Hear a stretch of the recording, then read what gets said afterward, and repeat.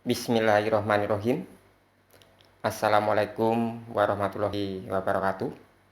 Salam sejahtera untuk kita semua, khususnya kelas 12, baik itu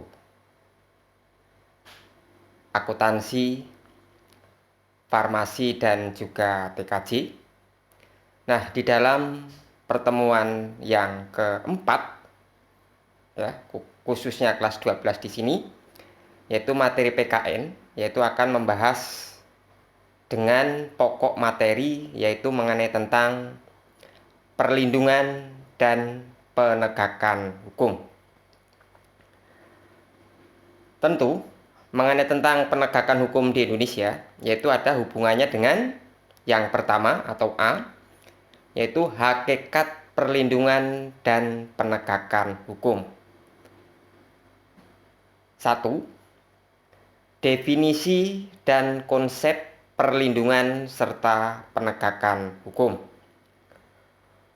Menurut Andi Hamzah, sebagaimana dikutip oleh Sumardi dalam artikelnya yang berjudul Hukum dan Penegakan Hukum, yaitu tahun 2007, perlindungan hukum dimaknai sebagai daya upaya yang dilakukan secara sadar oleh setiap orang maupun lembaga pemerintah, swasta yang bertujuan mengusahakan pengamanan, penguasaan, dan pemenuhan kesejahteraan hidup.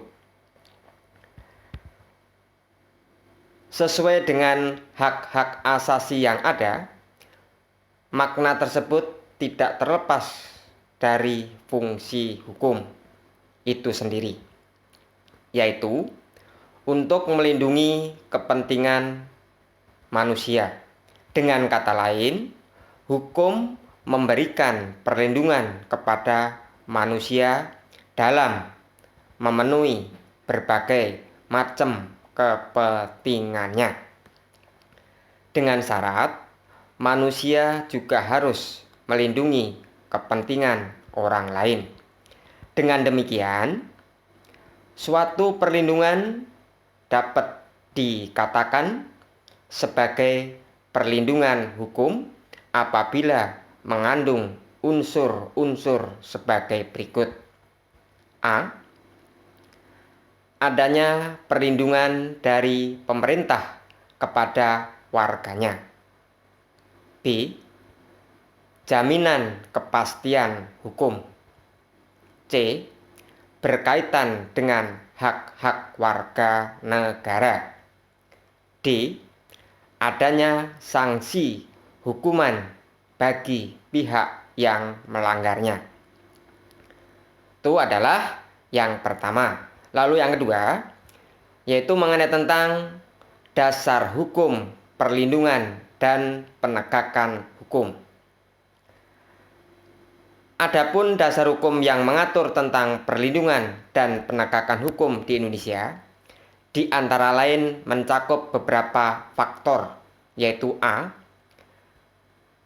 Pasal 27 ayat 1 Undang-Undang Dasar 1945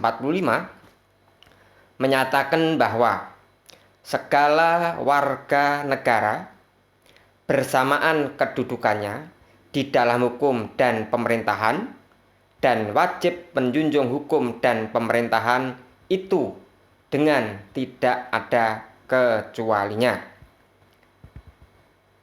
B. Pasal 28D ayat 1 Undang-Undang Dasar 1945 menyatakan bahwa setiap orang berhak atas pengakuan, jaminan, perlindungan, dan kepastian hukum yang adil, serta perlakuan yang sama di hadapan hukum. C.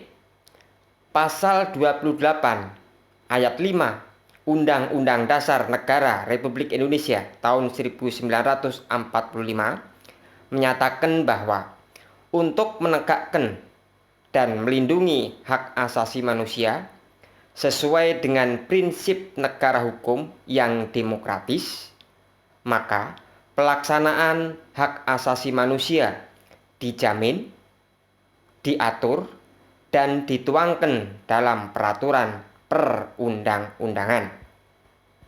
Lalu D. Pasal 30 ayat 4 menyatakan bahwa, saya ulang lagi, Pasal 30 ayat 4 Undang-Undang Dasar 1945 menyatakan bahwa Kepolisian Negara Republik Indonesia sebagai alat negara yang menjaga keamanan dan ketertiban masyarakat bertugas melindungi, mengayomi, melayani masyarakat serta menegakkan hukum.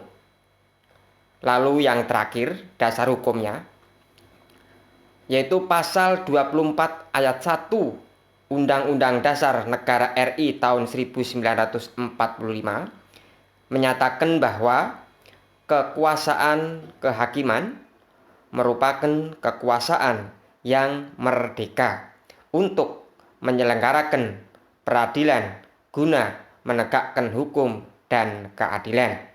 Itu adalah dasar-dasar mengenai tentang perlindungan dan penegakan hukum di Indonesia. Lalu yang ketiga di sini yaitu pokok pembahasannya adalah mengenai tentang pentingnya perlindungan dan penegakan hukum.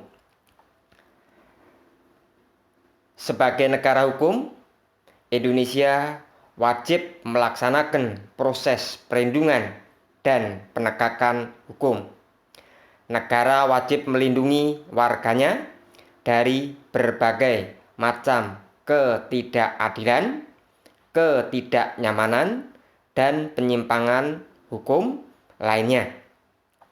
Selain itu, negara mempunyai kekuasaan untuk memaksa seluruh warga negaranya untuk melaksanakan semua ketentuan yang berlaku.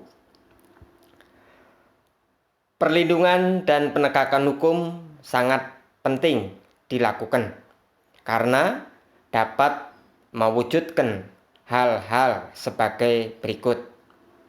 A. Tegaknya supremasi hukum. Supremasi hukum bermakna bahwa hukum mempunyai kekuasaan mutlak dalam mengatur pergaulan manusia dalam berbagai macam kehidupan. B. Tegaknya keadilan. Tujuan daripada hukum itu adalah mewujudkan keadilan bagi setiap warga negara. C. Yaitu mewujudkan perdamaian dalam kehidupan di masyarakat. Kehidupan yang diwarnai suasana yang damai merupakan harapan setiap orang. Perdamaian akan terwujud apabila setiap orang merasa dilindungi dalam segala bidang kehidupan. Hal itu akan terwujud apabila aturan-aturan yang berlaku dilaksanakan. Lalu materi yang berikutnya atau yang keempat yaitu faktor-faktor yang mempengaruhi atau yang memengaruhi penegakan hukum. Keberhasilan proses dari perlindungan dan penegakan hukum tidaklah semata-mata menyangkut ditegakkannya hukum yang berlaku.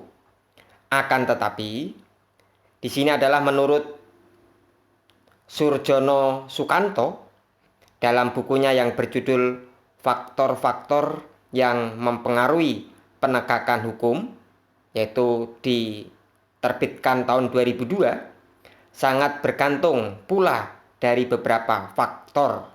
Di antaranya atau antara lain, yaitu yang pertama adalah mengenai tentang hukumnya. Lalu yang kedua, yaitu penegak hukum. Yang ketiga atau C, yaitu masyarakat. D, sarana atau fasilitas yang mendukung penegakan hukum. Lalu yang terakhir, yaitu yang E, yaitu kebudayaan. Nah, mungkin mengenai daripada tayangan video yang Bapak tampilkan melalui PJJ pertemuan yang keempat di sini, yaitu Bapak akhiri, tetapi ya mungkin ya bila mana kalian sudah mendapatkan daripada buku paket, kalian bisa melihat di buku paket, yaitu pada bab ketiga ya, pada bab ketiga atau bab kedua ya, kalau nggak salah ya, karena saya nggak membawa bukunya ya. Tapi yang penting adalah mari kita tetap menjaga kesehatan sehingga kita bisa melaksanakan program PJJ yang berikutnya. Mungkin hanya itu yang Bapak sampaikan.